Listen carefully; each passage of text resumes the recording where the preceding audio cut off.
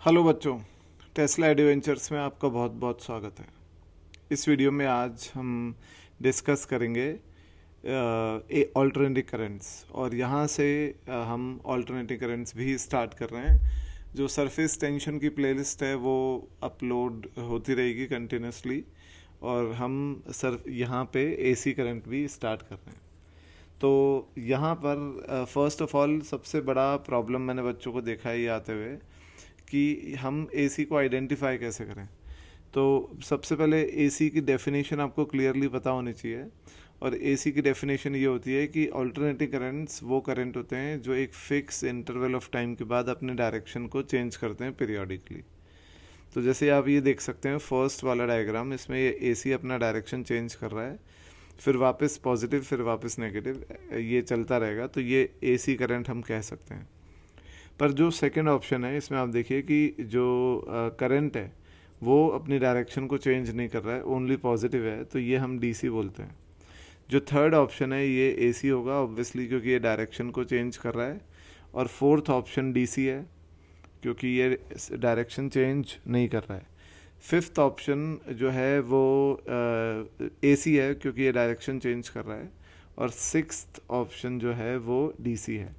अब क्योंकि मोस्टली बच्चे कहते हैं कि डीसी तो सर ये होता है, तो ये होता है कांस्टेंट डीसी, और जो ये हमने देखे हैं ये होते हैं वेरिएबल डीसी, जिसमें डीसी का मैग्नीट्यूड भी चेंज होता है। तो इस तरीके से आप एसी आइडेंटिफाई कर सकते हैं। अगर हम अपने करिकुलम की बात करें तो हमें बोर्ड और जेई करिकुलम में सिर्फ साइनसॉइडल एसीज पढ़ने हैं। साइनसॉइडल शब्द का मतलब होता है साइन और कॉस फंक्शंस दोनों। तो ये आप देख रहे हैं कि ये साइन फंक्शन है और करंट की वैल्यू होगी आई बराबर आई नॉट साइन ओमेगा टी, और ये कॉस का फंक्शन है तो करंट की वैल्यू होगी आई बराबर आई नॉट कॉस ओमेगा टी। ये अगर अपन वोल्टेज की बात करें तो जैसे हम बोलते हैं ऑल्टरनेटिंग करंट, तो केवल करंट ही ऑल्टरनेटिंग नहीं होता, वोल्टेज भी ऑल्टरनेटिंग होता है। इनफैक्ट एक ऑल्टरनेटिंग वोल्टेज से ही एक ऑल्टरनेटिंग करंट डेवलप होता है। तो यहाँ पे ये वोल्टेज भी V बराबर v nought sine omega t कहलाएगा ऑल्टरनेटिंग वोल्टेज, और ये V बराबर v nought cos omega t. ठीक है। अब बच्चों सबसे इम्पॉर्टेंट आपने सबसे पहले जो पढ़ा होगा, सुना होगा, वो सुना होगा RMS value, root mean square value of AC. इसका दूसरा नाम होता है वर्चुअल वैल्यू और एक और नाम होता है इफेक्टिव वैल्यू। और ये जो होता है आरएमएस वैल्यू, उसकी डेफिनेशन थोड़ी सी कॉम्प्लिकेटेड सी होती है। तो इसकी डेफिनेशन ये होती है कि RMS value of AC is that value of DC which would produce same amount of heat in same circuit in same time। अब ये ऑब्वियसली मुझे पता है कि आप लोगों को थोड़ा समझने में प्रॉब्लम होगा इसको। अब मैं आपको इसको एक एग्जांपल से समझाता हूँ। तो आप ये देखिए कि अब मैं आगे आपको डिराइव भी कराने वाला हूँ। तो और मोस्टली बच्चे जिनने पढ़ा है वो जानते भी होंगे कि आई आर एम एस जो होता है वो होता है आई नॉट यानी peak value by root two. तो यहाँ मैं आपको एक एग्जांपल से बताता हूँ कि मान लीजिए एक एसी सर्किट है, इसमें एक रेजिस्टेंस आर लगाया हुआ है। अब हमने ये एसी इसके अंदर फ्लो कराया टी टाइम के लिए। तो हमने देखा कि इन टी टाइम में जो हीट डेवलप है, हीट इसके अंदर जो हीट डेवलप हो रही है वो है एच टी टाइम में इस सर्किट में, इस करंट से, इस एसी करंट से। अब हमने सोचा कि हम कितना डीसी लें कि वो सेम टाइम में सेम हीट बनाए। तो वो जो मेरे को डीसी की वैल्यू लेनी है वो लेनी है एसी करंट की आरएमएस वैल्यू। और आप ये देख सकते हैं कि इसकी जो पीक वैल्यू है वो 200 रूट टू है, तो इसकी जो आरएमएस वैल्यू होगी वो होगी 200 एम्पेयर। तो अगर मैं 200 एम्पेयर का डीसी करंट लूँगा तो वो सेम टाइम में, टी टाइम में, same amount of heat same circuit में डेवलप करेगा। तो ये जो है ये एसी की डेफिनेशन होती है। ठीक है। और इसको वर्चुअल और इफेक्टिव वैल्यू भी बोलते हैं। अब आप ये सुनेंगे कि एसी एमीटर जो है वो उसकी बात अगर करें तो एसी एमीटर या एसी वोल्ट मीटर हमेशा आप याद रखिएगा कि हीटिंग प्रिंसिपल पे काम करता है। वो हीट मेजर करता है कि सर्किट में हीट कितनी बन रही है, और वो हीट हमें हीट जो होती है वो आई स्क्वायर के प्रोपोर्शनल होती है, आई स्क्वायर आर टी होती है हीट, तो हीट के प्रोपोर्शनली हमें करंट की वैल्यू बताता है।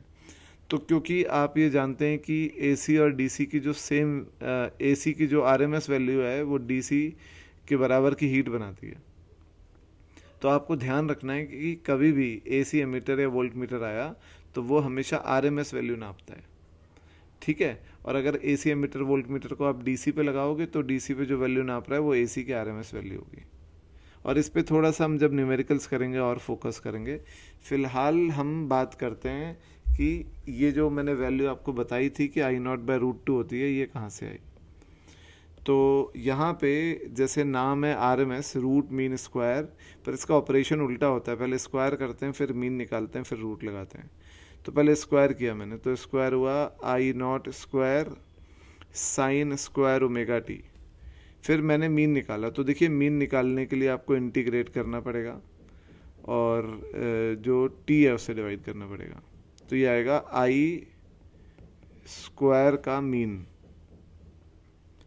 ठीक है।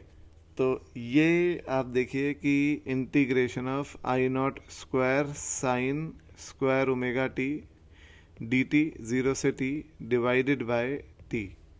अभी I0² बाहर आ जाएगा और साइन स्क्वायर को आप लिख दोगे 1 माइनस कॉस 2 ओमेगा टी, और ये dt 0 से t, तो ये I0²/t, और यहाँ पे एक 2 भी आएगा।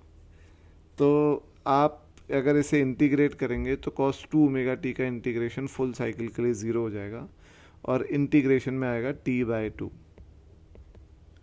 तो यहाँ आप ये देख सकते हैं कि ये आएगा I0²/2। तो जब आप फाइनली RMS निकालेंगे तो आप जो I² का मीन निकाला है आपने, मीन वैल्यू, इसका आप रूट भी लगाएंगे, तो IRMS आएगा I0/√2, और I0/√2 जो होता है वो 0.707 होता है, तो IRMS की वैल्यू आएगी 0.707 ऑफ I0, यानी IRMS होता है 70.7% ऑफ I0 पीक वैल्यू। और यही बात, यही डेरिवेशन वोल्टेज के लिए भी वैलिड है, तो वोल्टेज का RMS वैल्यू भी V0/√2 ही होगा, ठीक है बच्चों। अब बात करते हैं एवरेज वैल्यू।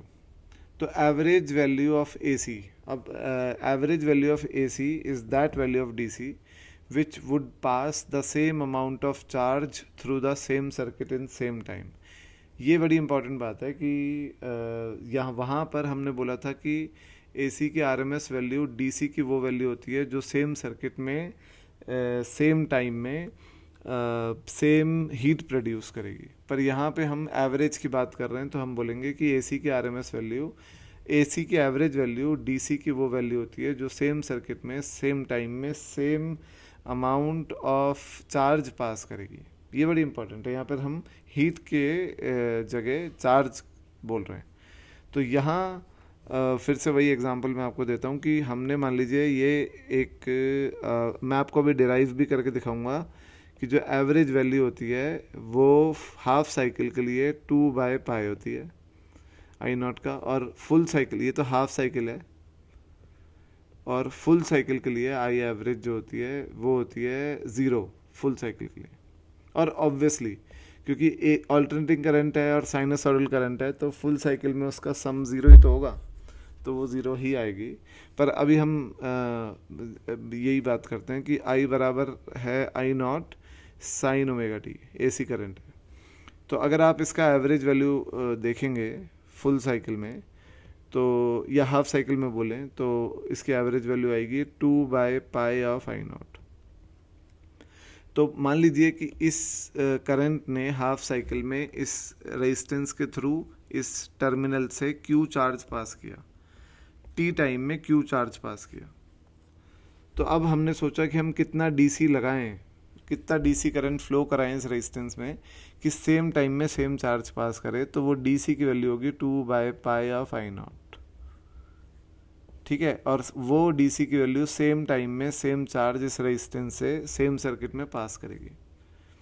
तो ये एवरेज वैल्यू ऑफ एसी होती है। अब अगर हम इसका डेरिवेशन करें तो काफ़ी सिंपल सा डेरिवेशन है कि अगर आप फुल साइकिल के लिए निकालें तो फुल साइकिल के लिए ये होगा I not sine omega t d t और इंटीग्रेशन 0 से टी डिवाइडेड बाय टी, ठीक है। और हाफ साइकिल के लिए अगर आप करें तो हाफ साइकिल के लिए आई एवरेज होगा I not integration sine omega t d t 0 से t by 2 divided by t by 2। तो ये आएगा, देखिए आई नॉट बाय टी और ये 0 आएगा क्योंकि साइन ओमेगा टी का इंटीग्रेशन 0 आएगा, आप करके देख लीजिए। और यहाँ हाफ साइकिल में अगर आप आई एवरेज की वैल्यू निकालते हैं तो ये 2 आई नॉट बाय टी और साइन का हो जाएगा कॉस ओमेगा टी और लिमिट 0 से टी बाय 2 और डिवाइडेड बाय ओमेगा भी होगा और एक माइनस भी आएगा, ठीक है। तो 2 आई नॉट बाय टी और ओमेगा को 2 पाई बाय टी लिखकर मैं जब कॉस में ये वैल्यू रखूँगा टी की तो सबसे पहले आएगा कॉस पाए और माइनस कॉस 0 और ये आप देख सकेंगे कि ये आएगा 2 आई नॉट बाय पाए। तो जो वोल्टेज होता है वी आर एम एस, अगर मैं वी आर एम एस की बात करूं तो सबसे पहले वी एवरेज, तो आई एवरेज हाफ साइकिल में 2 I not by pi half cycle में, फुल साइकिल में 0,